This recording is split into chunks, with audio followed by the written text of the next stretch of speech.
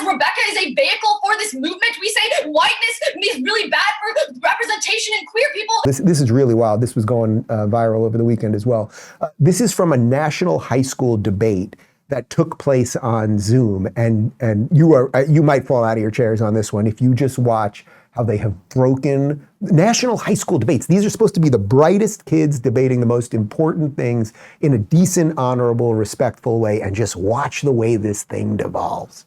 They have a white debater on their team, which inherently means they have more whiteness than us. We obviously know that JJ is not white. It's pretty obvious. Go down onto our pick. We give you 3 warrants why we subsume all of their protests and affirm their protests. In a pick, what it means is you are furthering their cause just minus the whiteness. As Rebecca is a vehicle for this movement, we say whiteness is really bad for representation in queer people, and it's a bad form of furthering this protest. The best way to further the protest is to vote for our pick and to affirm it, but minus the whiteness. They say that we're taking over JJ's labor, but first, this is a new response. If they read this response before, we probably would have read a CAPK about how you can't use labor across identity lines. That's a really bad thing to do. Second, how PICs work is you affirm their protest. We're not taking over their labor. It's just a technicality of debate. Then they say that it's trans exclusion. No. Couple responses that they dropped from Sanji. 1, our constructive speech was about personal experiences, about our identity. We are not comfortable discussing our sexuality on a live stream with 130 people. Second, we say that them telling us how we should represent our advocacy feeds into our link about racism, because a white person,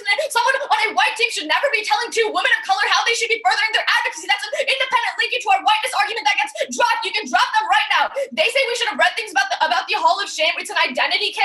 We are not trans debaters. We don't want to do that. Also, they don't put anything about women of color or queer women of color in their case, which means they also link it to the exclusion. There's no independent offense off of this. Then at the bottom, all these stuff about the Louisville Project, their racist rhetoric and using the black labor as a way to further their advocacy is inherently racist. As an independent reason to drop them. They say JJ wrote the argument, but no, Rebecca is a vehicle of the movement. You should never use a white person who's saying the Louisville Project and using it as an example of their advocacy in order to further a movement. Then using black suffering to advance in the tournament is just a bad thing to do. Then they say that it's just an example. A white person just shouldn't use a black person's suffering as an example of their advocacy. That's inherently a racist thing to do, and it's too late to respond to this argument in Final Focus, and it's the largest dropped argument. There's also another dropped argument that links into racism about how they're telling us how to represent our advocacy.